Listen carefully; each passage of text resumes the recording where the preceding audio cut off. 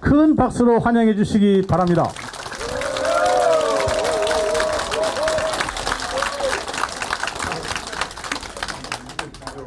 안녕들 하셨죠? 예, 지난해 10월 달에 와서 뵙고 10개월 만에 다시 뵙는 것 같습니다.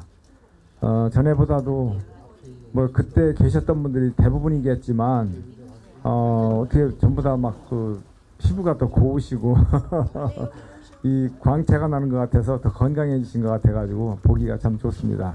이게 전데 저 얼굴이 저보다 지금 훨씬 낫죠? 통통하게 살쪄 보이고 글씨가 다 보이실지 모르겠지만 해미에서 제가 태어났고 초등학교, 중학교까지는 우리 고향에서 다니고 고등학교는 저쪽 공주로 유학 갔었어요. 그때만 하더라도 공주 가는 우리 보고 유학 갔다고 막 그랬었거든요. 원래 이제 꿈이 선생님이 꿈이었었는데 선생님 되기 위해서 사범대학 시험 봤는데 잘 떨어졌어요. 남을 위해서. 그 공부를 못해서 떨어졌느냐, 공부는 잘했는데 이상하게 시험이 운이 없었던 것 같기도 하고. 초등학교 때는 4학년, 5학년, 6학년 반장을 했었거든요. 초등학교 때 제가 키가 좀 커가지고 키순으로 반장시킨 건 아니지만 키도 컸었고 또 공부도 뭐 나름 잘하고 해가지고 반장도 하고 그랬는데 중학교, 고등학교 때도 공부를 잘 했었어요. 고등학교 때도 장학금도 받고 그랬는데도 대학에 운은 없어가지고 대학을 못 갔습니다. 그래서 바로 군대를 가가지고 2년 9개월 10일 동안 군대 생활을 잘하고 나왔죠. 군대 열심히 복무 잘하고 대한민국에서 가장 높은 계급으로 제대했어요. 무슨 계급인지 아시죠? 5대 장성 중에 하나, 대장보다도 높은 병장으로 제대를 했어요. 예, 군 복무를 잘 마치고 나와서 대학은 포기했어요. 그때 당시가 우리나라에 대통령, 박정희 대통령 시해 사건이 있고 아주 정신없을 때잖아요. 대학에서 전부 데모만 하는데 아버지, 어머니, 연세 드신 분들 그렇게 어렵게 번 돈을 갖다 학교에다 내고 데모를 하러 다닐 학교에 갈 이유가 없더라고요. 그래서 그만두고 직장 가야 되겠다라고 해서 이제 공무원 시험을 준비하게 된 거예요. 제가 81년 2월 12일 날 제대를 했는데 그 해 7급 국가직 시험이 7월 26일 날 있었어요. 그래서 군대 제대하고 인사 몇 군데 다니고 뭐 이렇게 하다 보니까 뭐 공부할 시간이 거의 없잖아요. 4개월 한 15일 정도밖에 안 남았는데 그 다음 해에 내가 목표로 하고 이번 올해는 그냥 한번 시험 삼아서 봐봐야 되겠다라고 이제 공무원 시험을 시작을 했어요. 근데 공무원 시험을 제가 7급을 봤는데 고등학교 그때 당시만 하더라도 고등학교 졸업하고 7급 시험 보기가 만만치 않았었어요. 행정학이라든가 또 경제원론 이런 건 안 배운 부분이었기 때문에 어쨌든 그런데도 불구하고 왜 제가 7급 시험을 보게 됐느냐, 제가 서울에 있는 숙부님 댁에서 1년 재수하게 됐었어요. 그 사촌 형은 행정고등고시에 합격했는데 저는 대학을 2번이나 떨어지고 그러다 보니까 우리 작은아버지가 숙부님께서 저한테 그러더라고요. 완서봐, 너는 9급 시험이나 한번 봐봐라 그러시더라고요. 근데 9급 시험이나 한번 봐봐라 뭐 틀린 얘기 아니잖아요. 고등학교 졸업하면 9급이 가장 맞는 직급이었으니까. 그런데 9급 시험이나 봐봐라 하는데 9급 시험이 나자 소리가 제일 크게 들렸어요. 제 딴에는 굉장히 좀 자존심을 상하게 하는 것처럼 들리기도 했지만 지금 생각해보면 그 말씀 한마디가 저한테 정말 큰 동기부여가 된 거죠. 그래서 9급 시험 볼까 생각하다가 9급 시험 봐 또 떨어지면 어떻게 해요? 대학 2번이나 떨어졌지 9급 시험 떨어졌지 얼굴을 못 들고 다닐 것 같더라고요. 그래서 야, 기왕에 시험 봐도 혹시 떨어지면 덜 창피하게 7급 시험 봐야 되겠다 라고 해서 7급 시험을 준비를 했는데 공부할 시간이 뭐 별로 없잖아요. 그래서 그냥 뭐 이렇게 공부를 하긴 했지만 진도가 안 나가더라고요. 모르는 용어 같은 거 이런 것들이. 근데 한 달포쯤 지나고 나니까 탄력이 붙어가지고 뭐 욕심이 엄청 생기기 시작하는 거예요. 그래서 그때부터 정신없이 공부를 매달려가지고 했는데 제가 태어나서 그렇게 공부해보긴 처음이에요. 화장실에 앉아있는 것까지 시간이, 밥 먹는 시간도 아까울 정도로 뭐 거의 한두 시간, 두세 시간만 자고도 공부를 했던 것 같아요. 뭐 거의 공부를 그렇게 해본 적이 처음이니까. 그래서 나중에 제가 합격하고 나서 그런 생각이 들더라고요.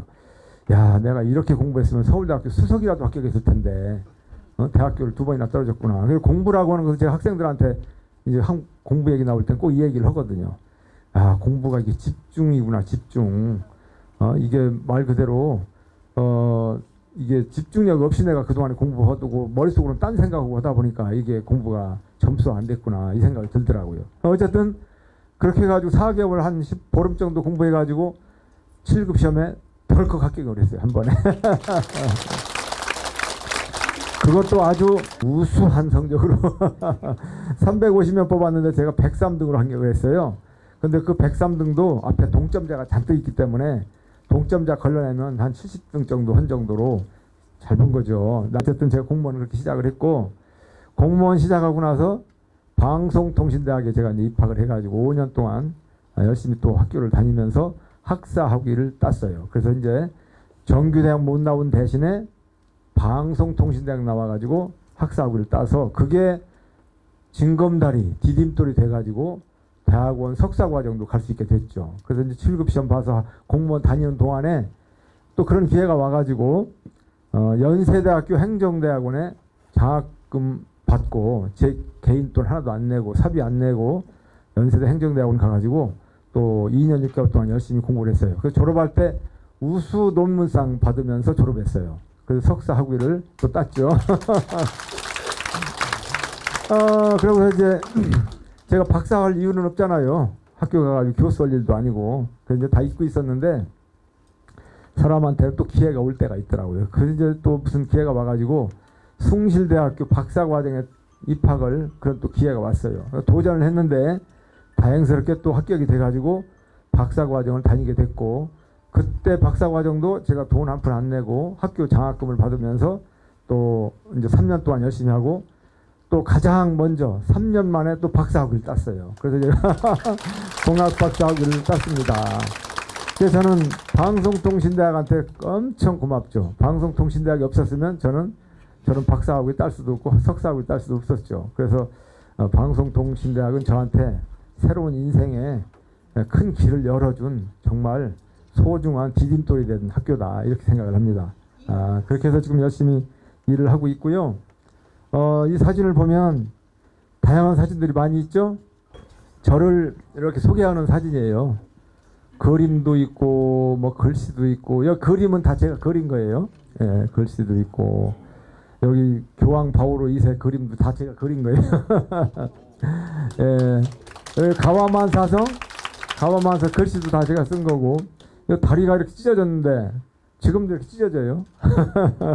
저 건강합니다. 제가 58년 개띠인데 호적에는 57년으로 돼 있어요. 그래서 제가 한 살 더 먹고 살고 있어요.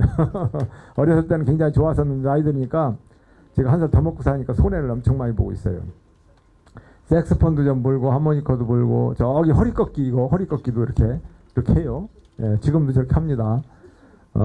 그래서 연탄 배달도 해보고 봉사도 해보고 이렇게 셰프도 해보고 저기 여수까지 가가지고 갈치낚시도 3번씩 가가지고 갈치낚시도 해보고 다양한 것을 해보려고 노력을 하는 모습을 제가 사진으로 표현을 했어요. 시장을 하려면 다양한 계층의 사람들을 만나게 될 텐데 그분들과 대화하고 그분들과 뭔가 이렇게 시정을 펼쳐나갈 때 그분들에 대한 애로사항이 뭔지 이런 걸 정확히 알아야 되기 때문에 모든 그 경험을 한번 해보자 라고 해서 제가 4년간 쉬는 동안이 있었잖아요. 물론 그때도 그런 노력을 했지만, 그래서 2번 시장하고 이제 그만 좀 쉬면서 재충전하라 이런 명령을 주셨기 때문에 제가 4년 동안 쉬는 동안에 그냥 허구한 날 놀고 이렇게 한 게 아니라 산에도 가고 등산도 가보고 벼베기도 해보고 이 감자도 개보고 고구마도 개보고 마늘도 개고 뭐 등등 모든 부분을 다 이렇게 해봤어요. 활도 쏴보고 뭐 이렇게 저희 그림 다 그런 거거든요. 그래서 저를 좀 더 강하게 키워야 되겠다. 그리고 역량을 좀 키워야 되겠다. 이런 마음을 가지고 4년 동안 알차게 시간을 보냈습니다. 2018년도에 나와서 이제 그렇게 그때부터 여행도 아내하고 손잡고 단 한 번도 해외여행을 못 가봤었어요. 그때까지. 그래서 시장에서 내려오고 난 뒤에 바로 해외여행도 집사람하고 한번 가보기도 하고 아주 그렇게 남편 구실 조금 하느라고 노력도 하고 막 그랬습니다. 그러면서 2019년도에는 또 대학에서 저를 박사로 만들어준 숭실대학교에서 연락이 왔어요. 지금 시간이 많이 있으실 텐데 학교에 와서 강의 좀 할 수 있느냐. 2019년도 1년 동안은 초빙 교수로 제가 또 가서 1년 동안 학교 학생들하고 또 공부도 하고 저를 공부하는 그런 시간으로 이렇게 잘 활용을 했습니다. 그렇게 보냈다는 말씀 드리고요. 제가 이제 이것저것 하다 보니까 이제 마술도 하고 그러잖아요. 오늘 마술을 안 가봤는데 이 마술 한번 볼까요? 그러면 신문 찍기 많이 마술 보셨죠? 예, 직접 이걸 보여드릴게요.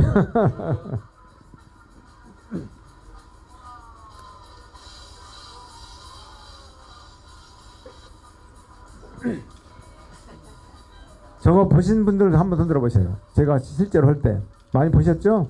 예.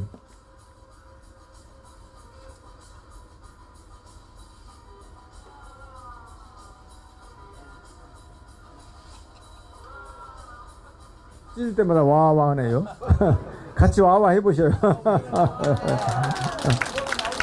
막 찢어서 막 이렇게 꾸겼어요. 전부 다 바기바기 찢었어요. 신문을. 예. 예, 저거 찢은 게 이제 어떻게 나올라나요? 자, 하나, 둘, 셋. 아이고, 저게 어떻게 된 거예요? 저게 어떻게 된 거예요, 저게? 예. 바기바기 찢었는데 어떻게 저렇게 나오죠? 예. 저런 마술도 좀 제가 하고, 여러 가지 마술 제가 보여드린 거 기억나시죠? 줄 마술도 했고, 또 물 이렇게 따라서 신문지에 물 넣는데 신문지에서 물이 나오는데 이렇게 뭐 그런 것도 하고, 또 하트 이렇게 마술도 하고 여러 가지 마술도 제가 했어요. 지금 한 15개 정도 할 줄 알아요. 다양한 경험을 이렇게 하고 있다.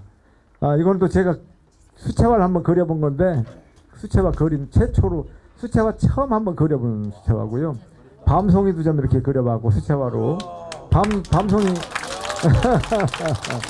예, 그리고 또 여름에 이게 어떻게 되나? 여름에 파도도 한번 그려봤어요. 파도도 이렇게 한번 그려보고. 예, 그리고 이제 장독대도 요게 지금 37살 먹은 애 큰애고 여기 그림 그리는 장면이고 그렇습니다. 예, 저기 저 둘에 저기 애들 둘 있죠? 저게 아들 딸 그 개념처럼 해가지고 이렇게 그려봤고, 예, 그림도 제가 이렇게 그려봤어요. 색소폰도 그려본다 했는데 색소폰 안 갖고 와서 이걸로 한번 들어볼까요?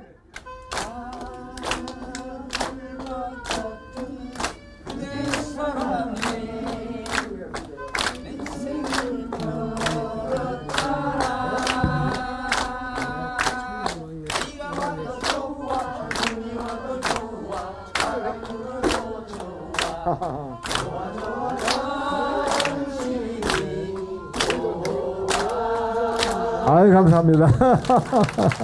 노래를 다 따라하셔가지고 소리가 좀 적어서, 예, 그렇게 이것저것 하고 있습니다. 그래서 다양한 경험을 그렇게 해왔다는 걸 제가 말씀드린 거고요. 다음 또 넘어갈까요?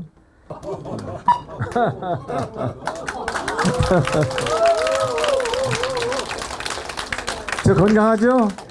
예, 여기 철봉 있으면 그냥 바로 보여드릴 텐데 철봉이 없어가지고. 예. 저 유튜브에서 유튜브 하실 줄 알죠? 유튜브에서 이완섭 철봉 이렇게 치면은 저런 거 잔뜩 나와요.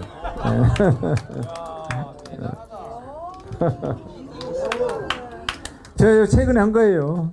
예. 저거 한 20개 30개는 그냥 거뜬히 해요. 이거 어르신들 한다고 흉내내면 안 돼요? 허리 꺾어져요. 예. 그래서 이제 해 뜨는 서산 얘기 많이 들어보셨죠? 예, 해 뜨는 서산이 뭔가를 좀 정확히 아셔야 되는데, 벌써 오래전부터 2011년부터 써왔는데 그냥 막연히 그런가 보다라고만 오신 분들이 많이 계실 것 같아요. 오늘 꼭 좀 아셨으면 좋겠어요. 우리나라가 이렇게 지도가 이렇게 돼 있는데 우리 서산 하면은 떠올리는 생각이 서쪽 해가 지는 곳, 어리굴젓, 뭐 시골 동네, 바닷가시 뭐 이렇게 생각들을 많이 하시잖아요. 지금이야 많이 바뀌었지만. 그래서 제가 시장에 처음 나올 때, 야, 저런 이미지를 가지고 서산을 발전시키기 어렵겠다. 서산에 대한 이미지부터 바꿔야지 저런 생각을 가지면 누가 서산에다가 투자를 할 생각을 하겠느냐. 누가 서산에 기업을 이렇게 세우려고 하겠느냐.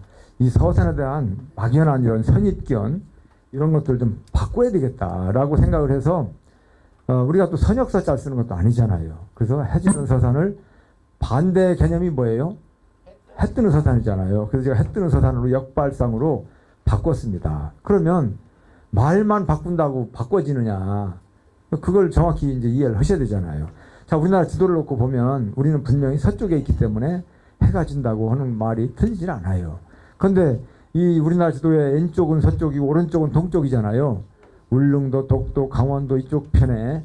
그런데 우리나라 지도만 놓고 볼 때 그런 생각이지, 지금은 지구촌 가족 아닙니까? 지구본을 놓고 전 세계 지도를 놓고 보면 우리하고 마주보고 있는 나라가 어디죠?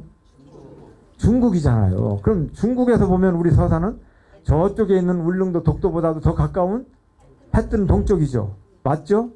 예, 그래서 이게 틀린 말이 아니다. 우리가 해 뜨는 서산이 눈꽃만큼도 틀린 말이 아니다라는 걸 아실 필요가 있죠.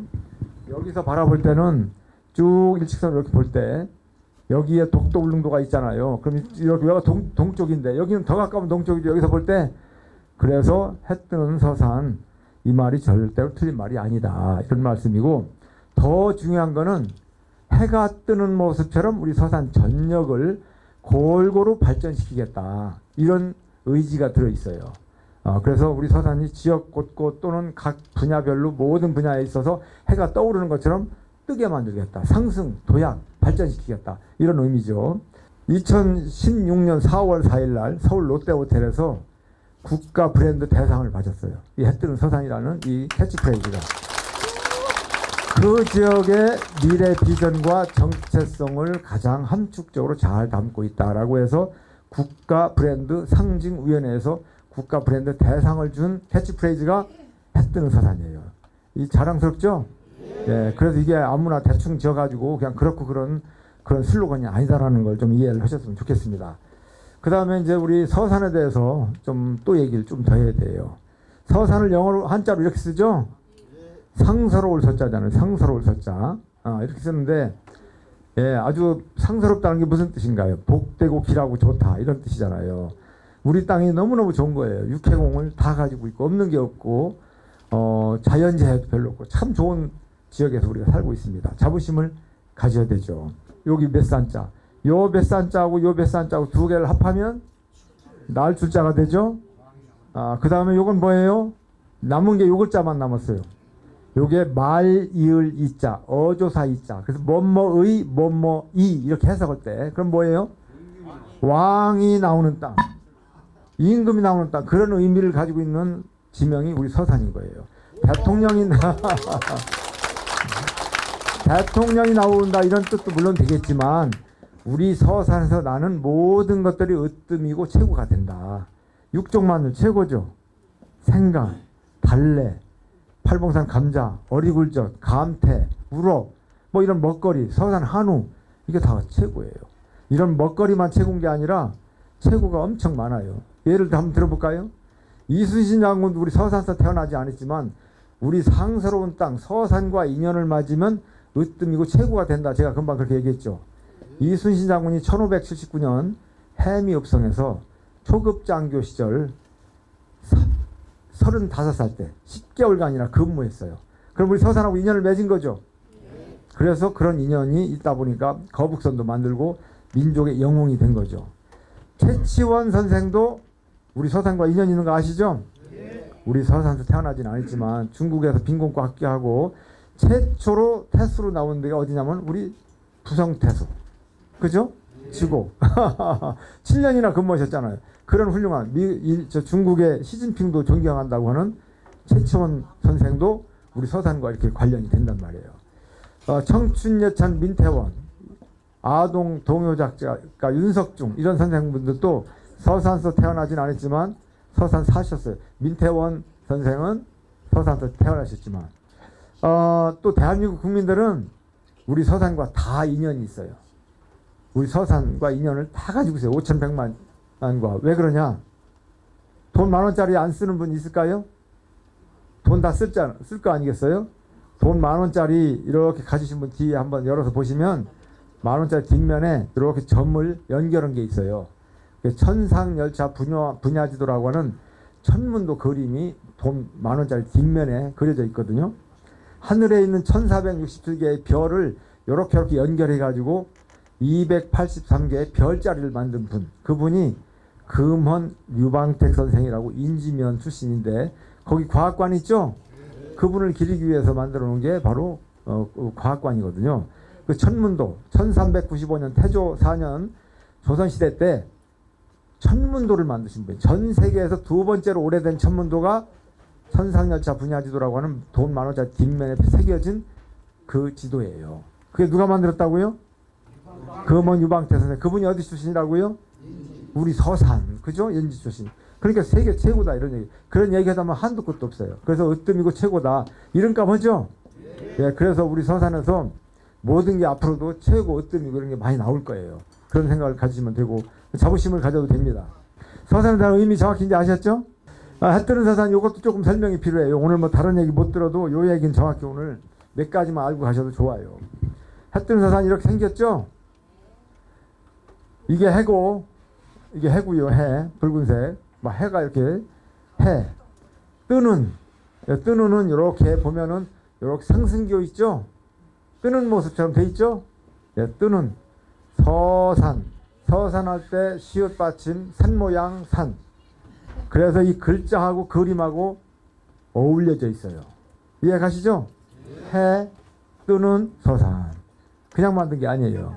그래서 통합 브랜드라고 이렇게 하고요. 여기서 이 상서로울 서자라고 그랬죠. 해가 저 서자가 상서롭다, 복되고 길하고 좋다라는 의미가 여기에 들어가 있어요. 숫자 1, 2, 3, 4, 5, 6, 7, 8, 9, 10 중에서는 어떤 숫자가 마음에 들어요? 7, 럭키 7. 그렇죠? 복되고 길하고 좋다라는 것을 7자로 표현을 했어요. 이거 세보신 분은 없을 것 같은데 하나, 둘, 셋, 넷, 다섯, 여섯, 7개로 되어 있어요. 이 상서로울 서자를 의미해서 7개로 했어요. 그 색상이 여러 색상이 있는데 색상은 몇 가지 색상이 될까요? 몇 가지 색상 한번 해보셔요. 7이라는 숫자는 아까 이미 들어갔는데 또 넣을 필요 없죠? 8가지 색깔이에요. 이 두 가지가 같은 색깔이고 하나, 둘, 셋, 넷, 다섯, 여섯, 일곱, 여덟. 8가지 색깔이에요. 왜 8가지 색깔이냐? 서산을 팔색조처럼 변화무쌍한 서산, 변화하는 발전하는 그런 서산을 만들겠다. 팔색조 같은 서산. 8개 색깔 넣었어요. 그럼 이 색깔이 딱딱 끊어지지 않았죠? 이렇게 살짝 이렇게 묻어갔잖아요. 전부. 그죠? 이건 뭐냐? 협업을 하겠다. 협력을 하겠다. 협치를 하겠다. 서로 어울려서 살아가는 그런 서산을 만들겠다. 혼자만 행복하고 혼자만 독불장군처럼 이렇게 살아가는 그런 정책을 펴는다든가 그런 서산이 아니고 서로 힘을 모으고 어깨동무하면서 잘 살아가는 그런 서산을 만들겠다. 어우러지는, 그래서 이렇게 색깔도 어우러지게 만들었어요. 한자 사람인자가 보이나요? 한자 사람인자. 사람인자 있죠? 시민이 행복한, 시민 중심의 서산, 그런 서산을 만들겠다. 사람인자가 들어갔어요. 영어 S자가 보이시나요? 영어 S자. 여기서 꼬부러졌죠? 이렇게 전체를 보면 이렇게 되잖아요. S자. 우리 서산할 때 영어로 S로 시작하잖아요. 글로벌 서산. 우물안 개구리처럼 여기서만 우물딱조물딱 하는 서산이 아니라 국제적인 도시, 그런 서산을, 국제서산을 만들겠다 해서 국제성을 지향한다 해가지고 알파벳 S자가 또 이렇게 있어요. 그 다음에 이 색상을 잘 보시면 알겠지만 크게 3가지로 나눌 수 있어요. 8가지 색 중에서 붉은색 계통, 그죠? 붉은색 계통 하나, 녹색 계통 하나, 파란색 계통 하나. 육해공을 우리가 다 가지고 있잖아요. 이게 6이에요. 6. 땅 색깔, 초록 색깔, 그죠? 우리 대한민국에서 평야가 3번째로 넓어요. 쌀 생산량도 3번째로 많고, 그래서 6을 이렇게 대표를 하고, 6해, 바다. 우리 서산 대사랑 가지고 있죠? 서산 대사랑이 31개 국가 항만 중에서 6대 항만에 속해요. 크루즈도 뜨고 막 그러잖아요. 그래서 바다를 나타내는 바다 색깔. 이렇게 우리가 바다를 지배하고 있다. 6해. 공이죠. 그 다음에 공, 하늘. 하늘은 태양이 지배하고 있죠? 그 태양을 이렇게 3가지, 6해공을 다 지배한다 해가지고 큰 틀에서는 이렇게 돼 있어요. 여기서 잘 보면 8가지 색깔 중에서도 이 색깔은 무슨 색깔이에요? 보라색이죠? 보라색을 제일 꼭대기에 이제 배치를 했어요. 그 이유는 뭐냐? 우리가 행정을 할 때 보라색, 이것은 기업이라든가 산업 표시를 할 때 보라색으로 표시를 해요. 기업을 많이 유치해가지고 산업도시를 만들어가지고 일자리를 많이 확충하겠다. 일자리를 많이 만들겠다. 기업을 많이 유치해가지고 우리 서산을 풍요롭게 살기 좋은 도시를 만들겠다라고 해서 보라색을 제일 높은 데다가 배치한 거예요. 여러 가지 많이 들어있죠?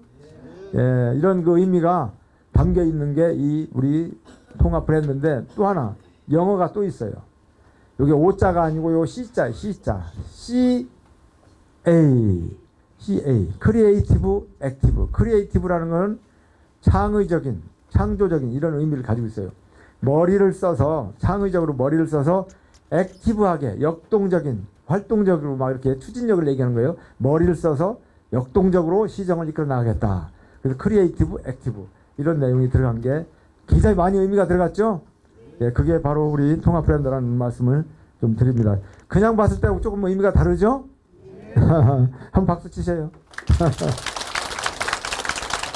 아까 이거 얘기했고, 그러면 이제 우리 시가 어떤 일을 하는지, 이제 시의 일도 조금 이제 말씀을 드려야 되겠죠. 시간이 많지는 않지만 일단 저는 우리 서산이 정말 살기 좋은 도시를 만들어야 되겠다.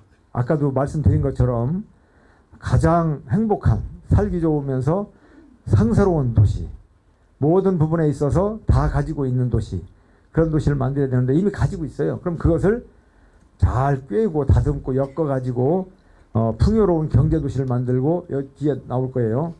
풍요로운 이런 경제도시를 만들고, 그리고 우리 어르신들, 아이들 뭐 할 것 없이 남녀노소 걱정 없는 복지도시를 만들어야 되겠다. 그러면서 먹고 살기만 하는데 급급한 세상은 아니잖아요. 그래서 풍요로운 경제도시도 만들고 걱정 없는 복지도시도 만들지만 품격 있는 문화도시, 문화생활을 해야 되잖아요. 그림도 그리고 글씨도 쓰고 장구도 치고 이렇게 신바람 나는 그런 서산이 돼야 되잖아요. 그게 품격 있는 문화도시예요. 여기 계신 어르신들도 그런 취미생활도 하고 프로그램 이런 걸 통해서 배우고 있을 거예요 아마.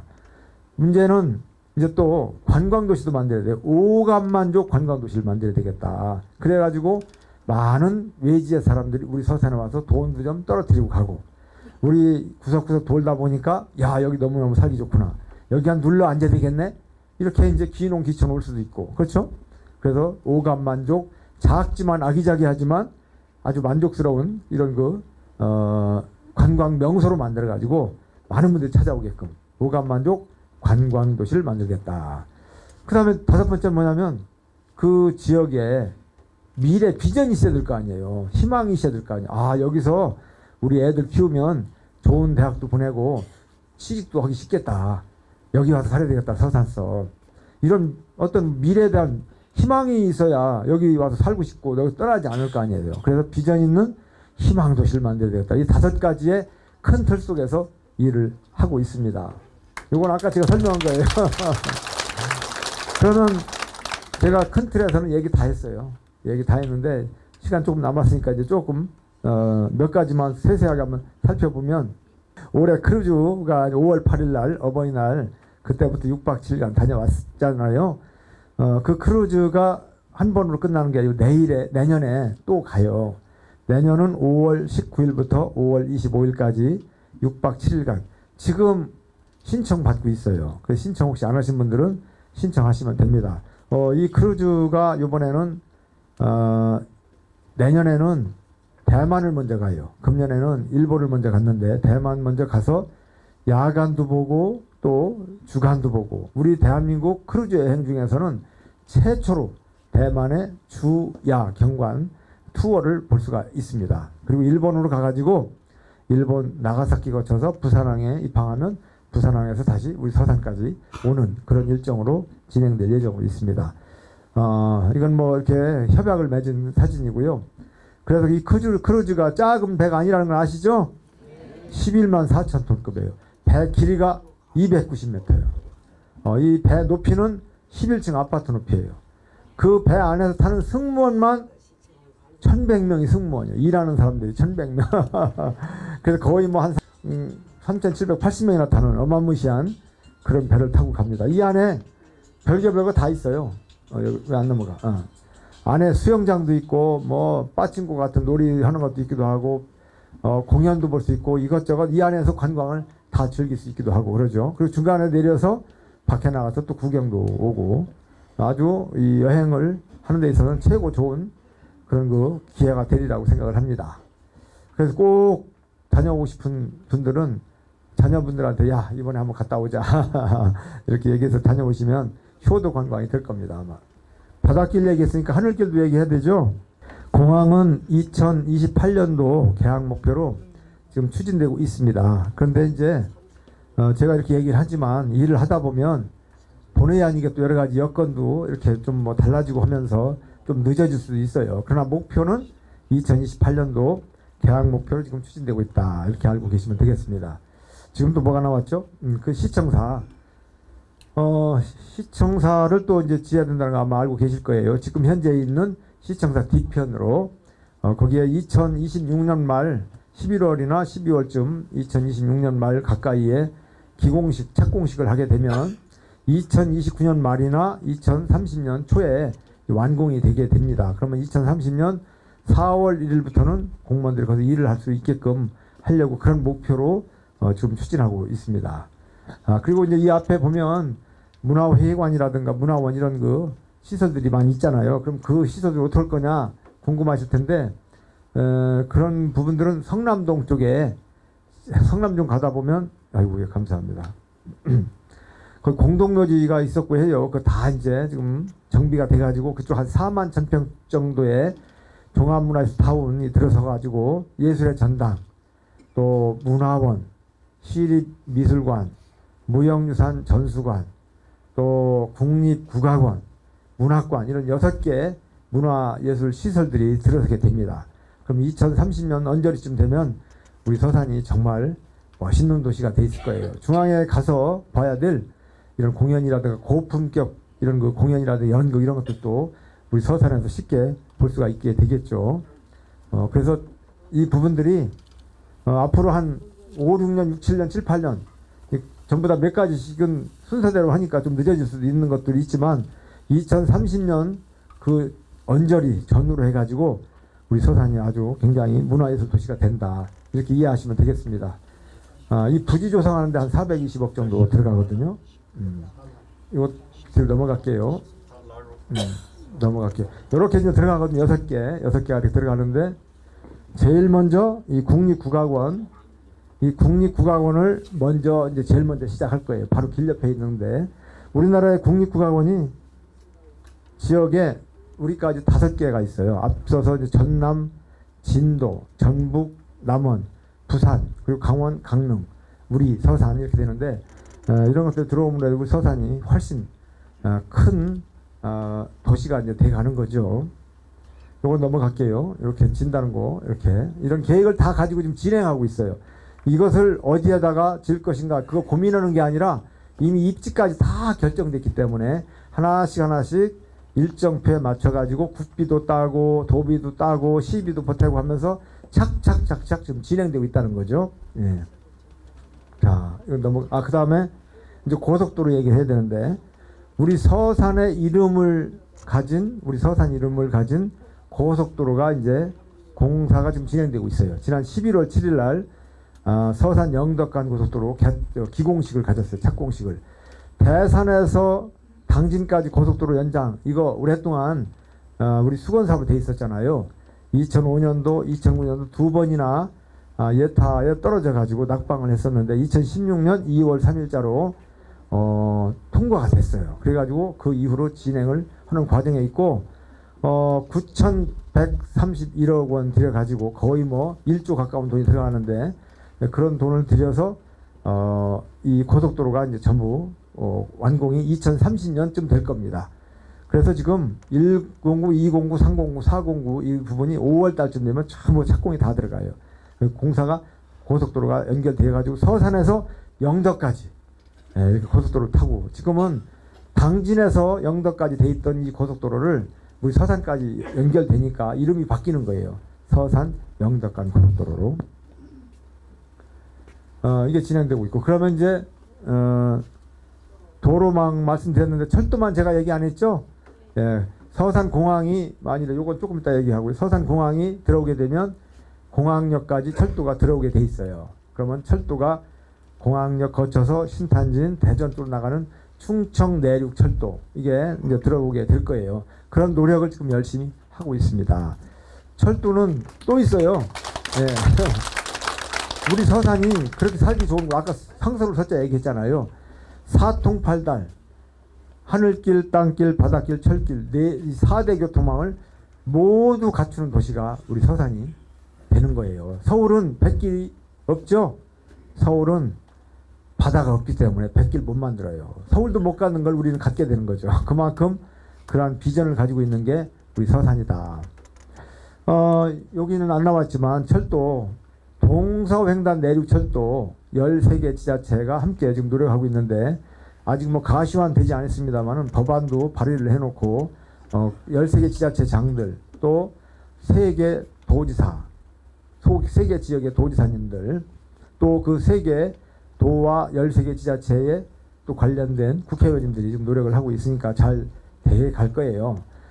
그래서 우리 서산에서 출발점 해가지고 서산, 당진, 예산, 아산, 천안, 충남의 5개 시군을 거치고 충북으로 가서 충북의 청주, 증평, 괴산 다시 또 경북으로 넘어가서 문경, 예천, 영주, 봉화, 울진 이 13개 지자체 330km 되는데 여기를 연결하면은 동서 남북으로 된 이 교통망뿐만 아니라 동서로 가로지르는 교통망 그러면 국가의 이 균형 발전을 이룰 텐데 그런 부분을 이제 성사시키기 위해서 노력을 많이 하고 있다는 말씀 드립니다. 꼭 그렇게 되도록 우리가 노력을 하면 되겠죠.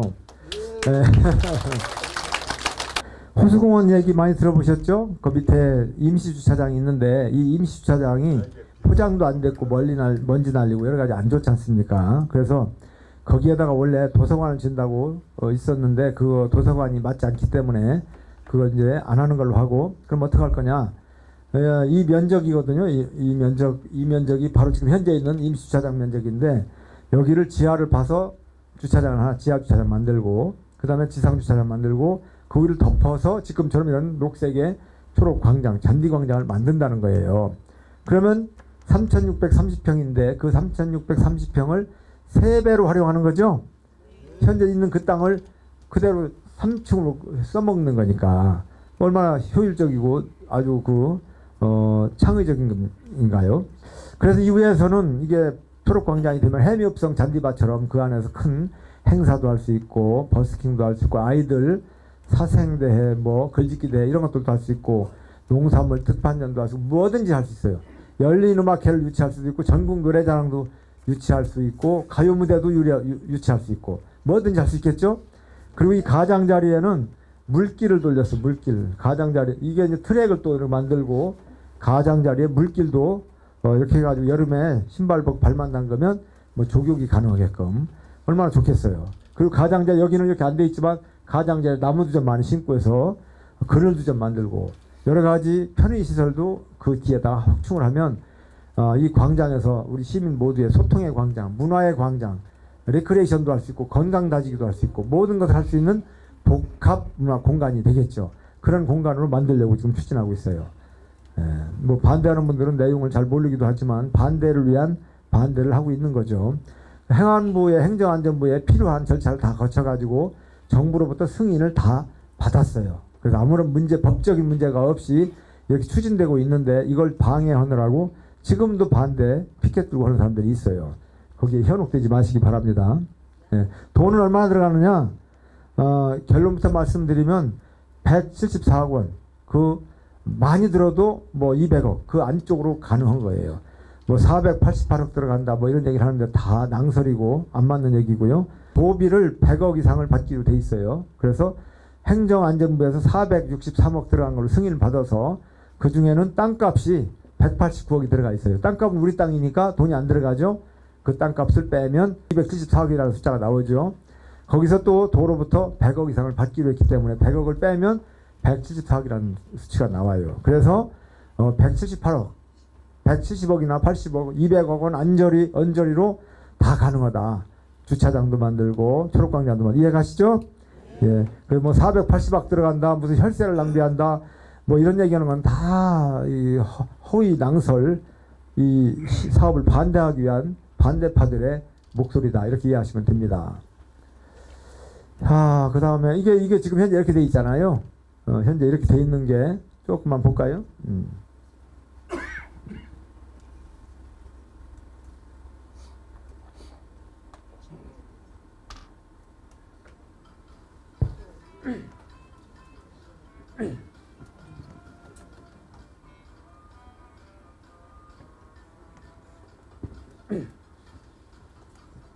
소리가 안 나는구나. 이게 이제 지하 주차장이 이렇게 되는 거예요. 그리고 요 위에 이제 지금 현재 있는 바로 1층 주차장이 되는 거고, 지상. 그리고 그 위에 덮어서 이제 또 초록 광장을 이렇게 만드는 거죠. 그러면 없는 부족했던 주차 공간도 450대 가까이 되기 때문에 주차 공간도 확충이 돼서 주변에 도로변에다가 불법 주차하는 것도 많이 줄어들겠고, 큰 행사 같은 거 할 때 어디 이 시내권 움직이실 때 여기다 주차하면은 이제 하나도 어려움이 없겠죠. 지하 주차장이고요. 자, 이제 올라가면 이제 지상 주차장. 시뮬레이션 한 그림입니다.